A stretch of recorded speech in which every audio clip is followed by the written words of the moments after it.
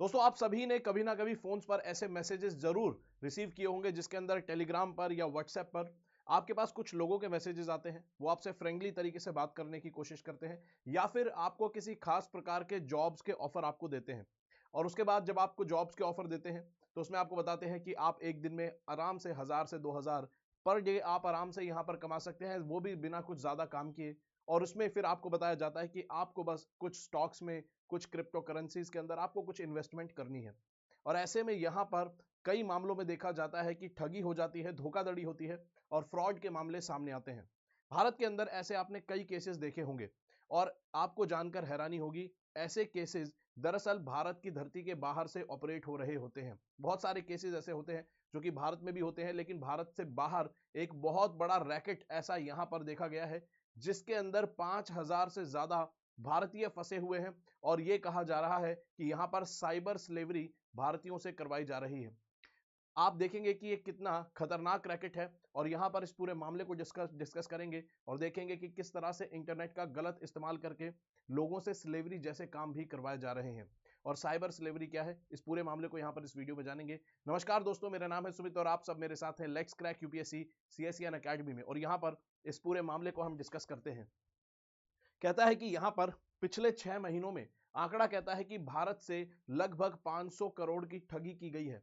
तो आप समझ सकते हैं ये जो रैकेट होते हैं, जो ठगी के, ऑनलाइन फ्रॉड के, साइबर फ्रॉड के, ये कितने ज्यादा एक बड़े स्केल पर काम कर रहे हैं। सिर्फ 6 महीने में 500 करोड़, आप सोचिए पूरे साल में। और पिछले 4 से 5-6 सालों में कितने ज्यादा पैसों की ठगी ऑलरेडी यहां पर हो चुकी होगी।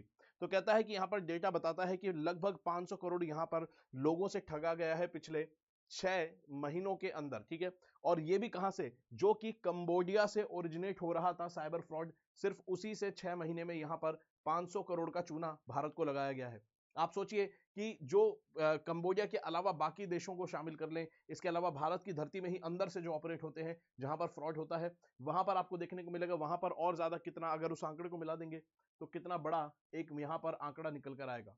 अगर दोस्तों यहां पर बात करें, क्योंकि ये मामला है कि कंबोडिया में कई भारतीयों से साइबर स्लेवरी करवाई जा रही है, तो यहां पर आपको कंबोडिया की लोकेशन भी पता होनी चाहिए। अगर आप भारत को यहां पर देखेंगे, भारत के साउथ ईस्ट के अंदर, ठीक है, तो यहां पर अगर आप देखेंगे साउथ ईस्ट की डायरेक्शन में भारत से अगर आप देखेंगे तो थाईलैंड मिलेगा, मलेशिया मिलेगा, कंबोडिया मिलेगा, वियतनाम मिलेगा। ये सारी कंट्रीज आपको यहां पर जो दिखेंगी, इन कंट्रीज को हम कंबाइंडली कहते हैं इंडो चाइना कंट्रीज। ठीक है, ये जो आपको यहाँ पर कंट्रीज दिखती हैं, ठीक है, Laos, Thailand, Laos, Vietnam, Cambodia, ये सब इनको हम कहते हैं, ये सब कौन सी है, इंडो चाइना कंट्रीज। तो यहाँ पर आप यहाँ पर कंबोडिया की आप देख सकते हैं लोकेशन। अब लोकेशन की बात है तो एक चीज यहाँ पर याद रखेंगे, छोटी सी वो चीज यहाँ पर है कि इनमें से अगर आप कंट्रीज को देखेंगे तो आपको देखने को लगेगा कि यहाँ पर जो कंट्रीज है इनका समुद्र से बॉर्डर आपको लगता है। ठीक है, तो यहाँ पर समुद्र से बॉर्डर जो लगने वाली कंट्री है, कंबोडिया भी है, वियतनाम भी है, थाईलैंड भी है। याद रखेंगे जो लाओस है, ठीक है, लाओस का जो बॉर्डर है वो समुद्र से नहीं लगता है, ये एक लैंड लॉक्ड कंट्री है। ठीक है, तो लोकेशन के हिसाब से भी यहां पर क्वेश्चन बन सकता है, इस चीज को याद रखेंगे। चलिए अब अगर बात करें, कंबोडिया पर हमारा फोकस रहने वाला है क्योंकि साइबर स्लेवरी भारतीयों से इसी देश के अंदर करवाई जा रही है। कहता है कि यहां पर, अगर यहां पर बात करें तो कहता है कि भारत के अंदर भारत से कुछ लोगों को ठगा जाता है। कुछ एजेंट्स ऐसे होते हैं जो कई ऐसे जो लोग होते हैं नौकरी की तलाश में होते हैं, उनसे, जैसे किसी ने आईटीआई का डिप्लोमा किया है तो उनको कहते हैं कि तुम्हें डेटा एंट्री की जॉब दिलवा देंगे वियतनाम के अंदर। और फिर उन लोगों को कंबोडिया ले जाया जाता है, जहां पर उनसे जबरन 10 से 12 घंटे ऐसे ऑनलाइन फ्रॉड के काम यहां पर करवाए जाते हैं। ठीक है, और यहां पर ज्यादातर लोग जो होते हैं ये भारत के अंदर ही फेक प्रोफाइल्स बनाकर ऐसे ठगी के कामों को अंजाम यहां पर देते हैं। अगर बात करें ये मामला सामने कैसे आता है, तो ये भी एक आपको एक बड़ी अजीब सी यहां पर बात देखने को मिलेगी। दरअसल ये रैकेट अच्छा खासा चल रहा था, लेकिन अगर यहां पर बात करें, लास्ट ईयर 30 दिसंबर पर यहां पर पुलिस स्टेशन जो है एक रैकेट को पकड़ती है। राउरकेला की जो पुलिस है एक रैकेट को यहां पर पकड़ती है और 8 लोगों को गिरफ्तार करती है, जिसके अंदर ये पता चला कि ये जो 8 लोग हैं उस रैकेट का हिस्सा है, जो कि कंबोडिया ले जाते हैं लोगों को नौकरी का झांसा देकर। अब ये भी केस सामने क्यों आता है, क्योंकि यहां पर एक सीनियर सेंट्रल गवर्नमेंट अधिकारी जो थे, सीनियर सेंट्रल गवर्नमेंट जो ऑफिशियल थे, उनसे 70 लाख की ठगी कर ली गई। आप सोचिए यहां पर एक सेंट्रल गवर्नमेंट ऑफिसर को जब ठगा गया तो ये पूरा मामला काफी सीरियस लिया गया होगा, और उसके बाद जब इन्वेस्टिगेशन होती है तो इस तरह से पूरा रैकेट पकड़ा जाता है। इससे पहले बहुत सारे लोगों के छोटे बड़े पैसे, मतलब इससे कम अमाउंट के पैसे या इसके बराबर ठगे गए होंगे जरूर, लेकिन यहाँ पर जब यहाँ पर सीनियर सेंट्रल गवर्नमेंट को ठगा गया तो ये पूरा मामला निकलकर सामने आता है, 8 लोगों को पकड़ा जाता है। इसके बाद जब यहाँ पर और जानकारी होती है, पूरी मामला सामने निकल कर आता है, तहकीकात होती है, तो यहाँ पर पता चलता है कि 3 ऐसे लोग हैं जिनको रेस्क्यू किया गया। फिर उनकी स्टोरी जब सुनी गई तो पता चला ऐसे बहुत सारे भारतीय कंबोडिया के अंदर फंसे हुए हैं। अब यहाँ पर बात करें तो यहाँ पर आपको पता होना चाहिए कि भाई किस तरह से ये फ्रॉड को अंजाम दिया जाता था। तो जिन लोगों को ले जाया जाता था कंबोडिया और उनसे इस तरह का फ्रॉड करवाया जाता था, उनका डेली रूटीन आखिर कैसा होता था। दरअसल यहाँ पर ऐसे लोगों को जबरन एक जगह पर रखा जाता था और उनको मजबूर किया जाता था कि वो फेक सोशल मीडिया अकाउंट बनाएं महिलाओं के नाम से, ठीक है, यानी कि वुमेन के नाम से, महिलाओं के नाम से, लड़कियों के नाम से फेक प्रोफाइल बनाएं और उसके बाद लोगों को टारगेट करें। और इसमें इस तरह से करते थे, जैसे अगर कोई नॉर्थ इंडिया का व्यक्ति है तो साउथ इंडिया की लड़की का प्रोफाइल बनाकर उसको टारगेट करेंगे, उसको यहां पर कोशिश करेंगे, कुछ दिन बात करेंगे, चैट करेंगे और फिर बाद में इन्वेस्टमेंट करवाने की कोशिश करेंगे किसी स्टॉक के अंदर, किसी क्रिप्टो करेंसी में या फिर और किसी अन्य प्रकार से यहाँ पर फ्रॉड करने की कोशिश की जाती है, ठीक है। तो इस तरह से आपको देखने को मिलता है। उसके अलावा यहाँ पर बताया जाता है जो भी ऐसे लोग यहाँ पर इस तरह के काम नहीं कर पाते थे, उनका टारगेट होता था दिन का, पूरे दिन का इनका टारगेट दिया जाता था कि आपको इतना जो है फ्रॉड करना है। और अगर ऐसे लोग अपना फ्रॉड का जो टारगेट है उसको अचीव नहीं कर पाते थे तो उनको या तो उनके रूम के अंदर घुसने नहीं दिया जाता था, एंट्री नहीं मिलती थी, या फिर उनको खाना नहीं दिया जाता था उस दिन। तो इस तरह से आप देख सकते हैं कि किस तरह से प्रॉपर स्लेवरी यहां पर करवाई जा रही है। अगर आप टारगेट अचीव नहीं कर रहे हैं तो आपको यहां पर ना तो खाना दिया जा रहा है और ना ही आपको रूम के अंदर एंट्री यहां पर मिल रही है। यहां पर आप देख सकते हैं इस तरह से प्रॉपर इन्वेस्टमेंट, फेक इन्वेस्टमेंट करवाने के लिए फेक एप्स बनाई गई थी, ठीक है, fake application, fake online application बनाई हुई थी जिसके अंदर इन्वेस्टमेंट करवाई जाती थी फेक स्टॉक्स के अंदर। तो यहां पर आप देख सकते हैं कितना ऑर्गेनाइज तरीके से ये पूरा मामला, ये पूरा रैकेट जो है ये चलता था। अब अगर बात करें कि इनका मोडस ऑपरेंडी क्या था, यानी कि किस तरह से ये पूरा रैकेट आखिर ऑपरेट करता था, काम करने का इनका तरीका क्या था, तो यहां पर दरअसल भारत से अगर आप देखेंगे तो कंबोडिया की कोई आपको डायरेक्ट फ्लाइट देखने को नहीं मिलती है। तो ऐसे में लोगों को मलेशिया या फिर बैंकॉक लेकर जाया जाता था। अगर आप यहां पर देखेंगे इन पूरी कंट्रीज के मैप को, तो यहां पर कोई डायरेक्ट कंबोडिया से भारत की फ्लाइट आपको नहीं मिलेगी, ठीक है। तो ऐसे में क्या किया जाता था, या तो थाईलैंड लेकर जाया जाता था या फिर मलेशिया लेकर जाया जाता था। इसके बाद इनको यहां से मलेशिया या फिर थाईलैंड लेकर जाने के बाद वियतनाम में लेकर जाया जाता था और फिर वियतनाम से लैंड के थ्रू कंबोडिया के अंदर एंट्री करवाई जाती थी। तो या तो थाईलैंड या फिर मलेशिया से वियतनाम जाते थे और उसके बाद फिर कंबोडिया में लैंड के थ्रू बॉर्डर क्रॉस करवाया जाता था। यहाँ पर कई सारे लोगों को ये झांसा दिया जाता था कि आपको वियतनाम के अंदर लगभग 1 से 2 लाख रुपए की जॉब यहाँ पर देंगे, डेटा एंट्री ऑपरेटर की, ये सारी बातें। तो कई लोग फंस जाते थे जिनको जॉब की जरूरत होती थी। तो ऐसे में यहाँ पर लैंड बॉर्डर क्रॉस करवा के कंबोडिया में जैसे ही ये लोग एंट्री करते थे, यहाँ पर कंबोडिया में जो एजेंट होते थे ये इनके पासपोर्ट, आईडी वगैरह सब यहाँ पर जब्त कर लेते थे और फिर उनको एक ऐसी जगह पर ऑफिस पे रखा जाता था जहां पर इनका पहले इंटरव्यू वगैरह लिया जाता था, फिर देखा जाता था किस तरह का काम करवाया जा सकता है और उस हिसाब से फिर इनसे स्लेवरी ये करवाई जाती थी, ठीक है। तो सब कुछ पासपोर्ट वगैरह जब्त कर लिया जाता था। और यहाँ पर जो एजेंट्स आपको देखने को मिलेंगे, और इनके एजेंट्स भी आपको इंडिया में, बांग्लादेश में, नेपाल के अंदर, पाकिस्तान में यहाँ पर आपको देखने को मिलते हैं। यानी कि जो साउथ एशियन कंट्रीज हैं इन्हीं को यहाँ पर टारगेट किया गया है, क्योंकि यहाँ पर ऐसे लोग हैं जो कि रोजगार की तलाश में रहते हैं।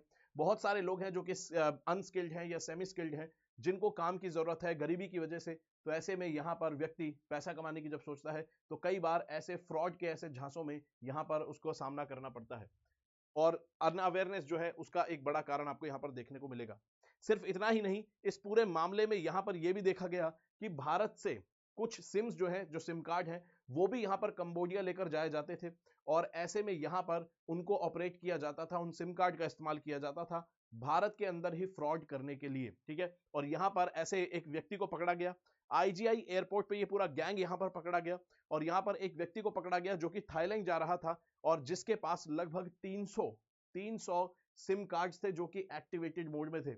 और ऐसे जो लोग होते हैं, ये भी जो एजेंट्स होते हैं जो सिम कार्ड एक जगह से दूसरी जगह लेकर जाते हैं, इनको भी हर एक सिम के ऊपर 150 से 200 रुपए की कमीशन मिलती थी। यानी कि एक बार में अगर ये जितने भी सिम कार्ड लेकर जाएंगे तो जितने सिम कार्ड ये लेकर जा रहे हैं उसके हिसाब से लगभग 45 से 60 हजार के बीच में ये लोग एक उसमें कमा लेते थे। तो ऐसे में ये भी स्मगलिंग सिम कार्ड की किया करते थे। तो ये भी इस रैकेट का आपको पार्ट देखने को मिलेगा।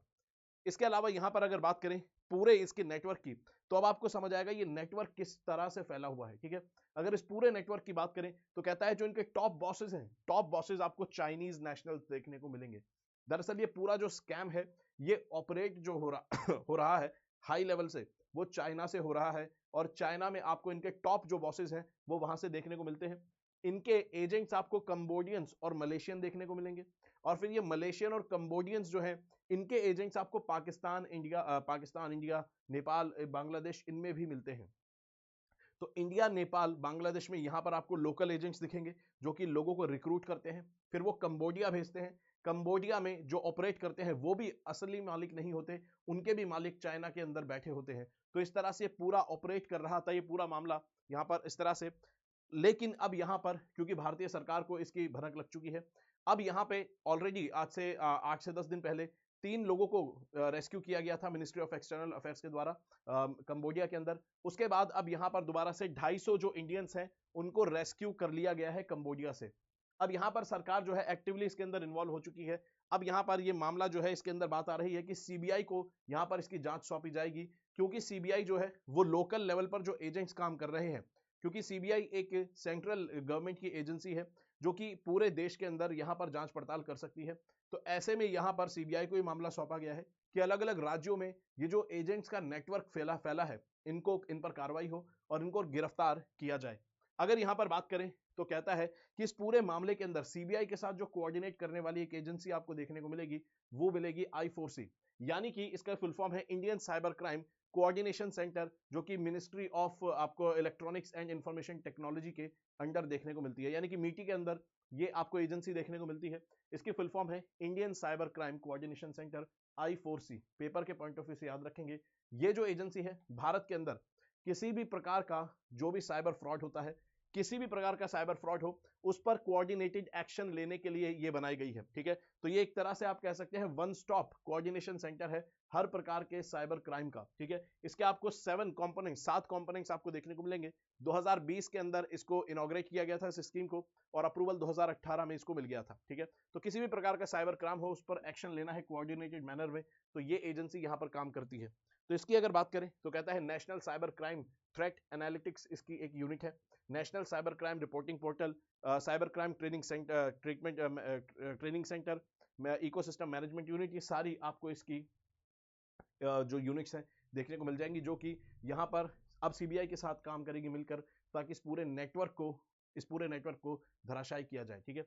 तो दोस्तों ये था पूरा मामला जो कि बताता है कि कितनी खराब स्थिति के अंदर लोगों को कई बार यहाँ पर जब रोजगार नहीं होता, जॉब्स नहीं होती, गरीबी होती है, तो लोगों को किस प्रकार से एक्सप्लॉइट किया जा सकता है, और जब जागरूकता भी नहीं होती। तो यहाँ पर इंटरनेट जो है उसका आप एग्जांपल यहाँ पर दे सकते हैं अपने एसे के अंदर एथिक्स में, कि किस तरह से इंटरनेट के फायदे बहुत हैं लेकिन इंटरनेट के नुकसान भी आपको काफी देखने को मिलते हैं। और ऐसे में सिर्फ ठगी ही यहाँ पर एक, अभी तक हम देखते थे कि लोगों से ठगी हो जाती है, धोखाधड़ी हो जाती है, पैसा उनका छीन लिया जाता है, लेकिन अब यहाँ पर स्लेवरी का भी मामला सामने आया है, जो कि इस पूरे फ्रॉड के अंदर एक और नई डायमेंशन आपको यहाँ पर बताता है कि किस लेवल पर एक्सप्लॉइटेशन हो सकता है।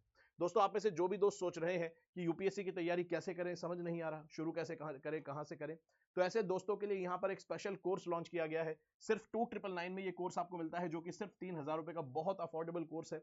और इस कोर्स के अंदर हम यहाँ पर एनसीईआरटीज कवर करते हैं, ठीक है।